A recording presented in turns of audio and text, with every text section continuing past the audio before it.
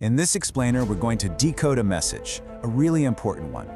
It's like the entire world is sending out a distress signal, a huge collective cry for help. And you know what? It's getting louder every single day. So let's figure out what it all means.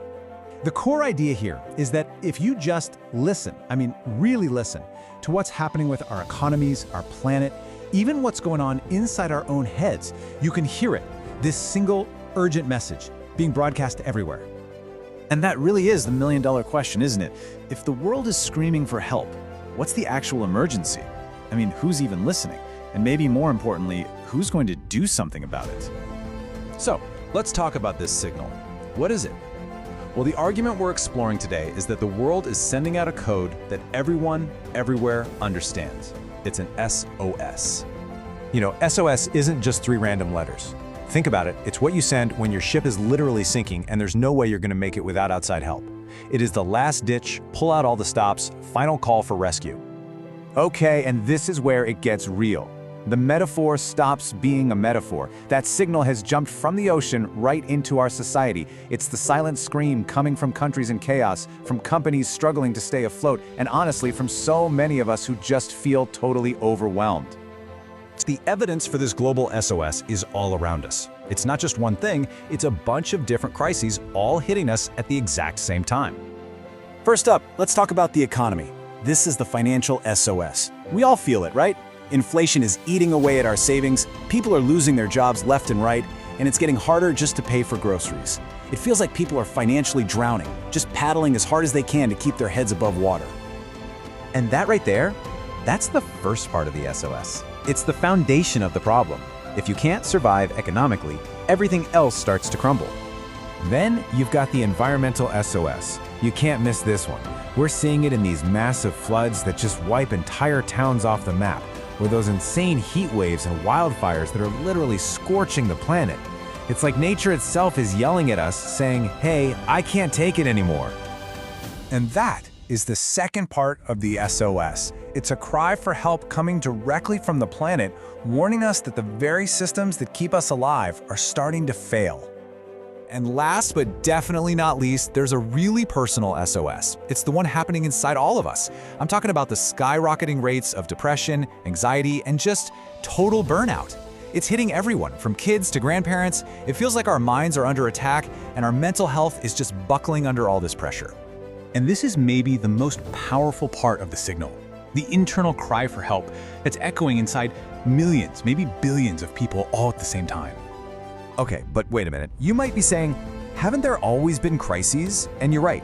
So what makes this time so different? Well, it boils down to one huge word: interconnection. Here's the thing. A crisis doesn't stay put anymore. A conflict halfway across the world messes with the stuff you buy at the store. A bank failing in one country can set off a chain reaction, like dominoes falling. A drought on one continent means food shortages on another. These problems, they don't have borders anymore.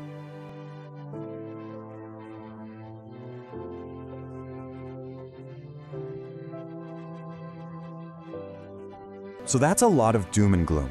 But here's the good news: A solution, a new way of thinking, a framework designed to answer the SOS and hopefully build a world that doesn't need to send one in the first place. It's actually a pretty elegant idea. If SOS is the problem, the cry for rescue, then SOOS is the answer. It's the pathway to recovery, the problem and the solution side by side. So what on earth is SOOS? Well, it's an acronym. It stands for self, others, organization, and society. And the logic here is pretty powerful. You can't fix the world from the top down. You have to start from the ground up. It all begins with you, with mastering yourself. Then you move on to fixing your relationships with others. That in turn helps fix our organizations. And if you do all that, well, that's how you start to rebuild society. Each piece builds on the last. But here's the thing.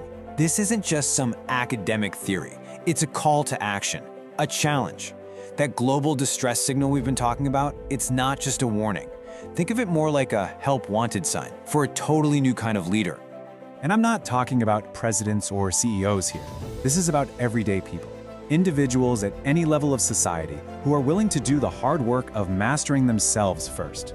People who can then step into chaotic situations and bring a little order. who can walk into a conflict and bring some peace, who can look at broken systems and start to heal them. So how do you actually do this?